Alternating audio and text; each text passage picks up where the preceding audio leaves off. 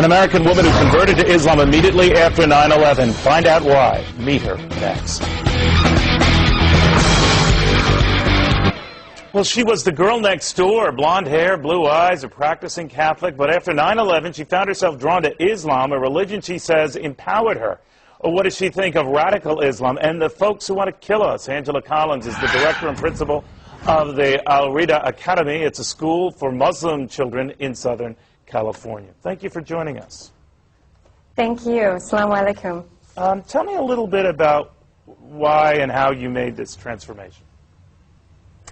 I traveled a lot abroad across the world. I went to India and through the Middle East and met Muslims everywhere. And the people that I met were so genuine and generous in their nature.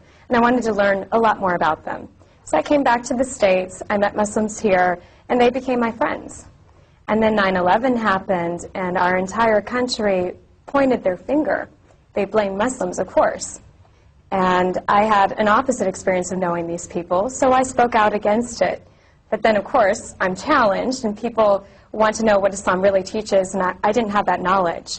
So what I did is I picked up a Quran, and I started reading, of course thinking, here's a book that discriminates against women, does not give them their equal rights, is not fair and divided. But I found exactly the opposite after reading the direct source and the direct word of God. And after that, I took my Shahada, and I converted to Islam. Do you think, Angela, that the fact we don't hear more protests from, let's say, normal, caring Muslims such as yourself, and from the Muslim community itself, about some of the outrageous comments from the more, I don't know, Islamo-fascist side of the aisle, that rightly gives Americans pause? I do blame ourselves for not being out in the media more. Definitely we need to get out there.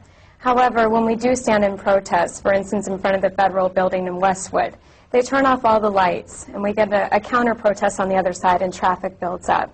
Also, a lot of people immigrated from other countries. They have fear that something could happen to their status here, so it's more difficult for them to come out.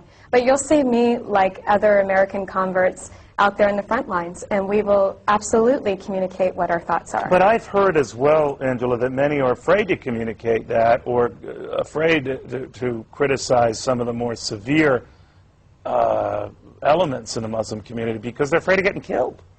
Is that true? I haven't heard that. I think the only thing that I've heard is people are afraid of losing their status here in America. As for death, no. Although I've had my own experience where I was standing out there in a protest and a lady came out of her car. She jumped in front of my face and she pushed me. Of course, I didn't push her back, and she was older. She was maybe in her 50s, and she was Israeli and very upset.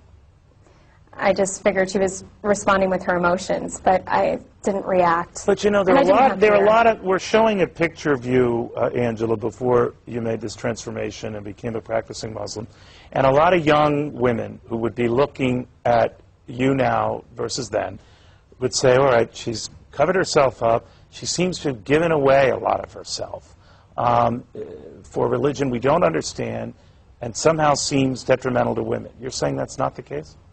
No, absolutely not.